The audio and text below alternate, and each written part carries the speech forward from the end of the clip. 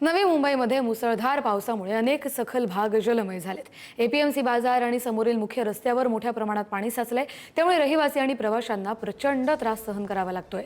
या भागात वारंवार पाणी साचत असताना देखील पालिकेकडून कोणतीही ठोस उपाययोजना न झाल्यानं नागरिकांचा संताप वाढत चाललाय।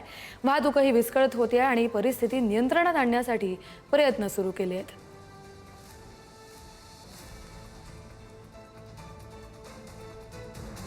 महानगरपालिकेच्या नाले सफाईचा पर्दाफाश आपण करण्याचा प्रयत्न करतोय, सातत्याने हे आपण दाखवण्याचा प्रयत्न करतोय। आपण या ठिकाणी बघत असाल नागपूर मार्केटच्या बरोबर बाजूला जो रस्ता मेन रस्ता आहे त्या रस्त्यावर प्रचंड पाण्याचं साम्राज्य या ठिकाणी पसरलेलं आहे आणि या ठिकाणी अनेक गाड्या ज्या आहेत या बंद पडलेल्या आहेत। आपण या स्थितीमध्ये पाहू शकता ज्या पद्धतीने या ठिकाणी आपण बघत असाल रस्त्यावरून वाहनं काढण्याचा प्रयत्न जे प्रवासी करतात त्यांना नाहक त्रास या ठिकाणी सहन करावा लागतोय, त्यांना कसरत करावी लागते।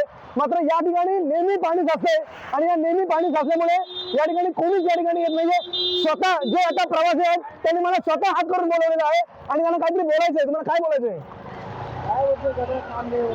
हाँ डेली हर जगह पानी भरा हुआ है। हाँ ना, तर प्रत्येक ठिकाणी पाणी भरलंय असं त्यांचं सांगणं आहे।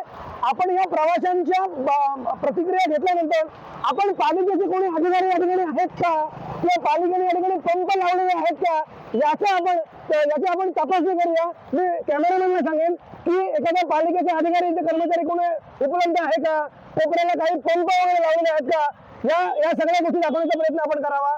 मात्र आपण या व्हिडिओज मध्ये पाहू शकता पालिकेचा कोणताही कर्मचारी किंवा या ठिकाणी सेक्शन पंप जे पाण्याचा निचरा करण्यासाठी लावले जातात ते या ठिकाणी आता या क्षणाला तरी दिसत नाही आहेत।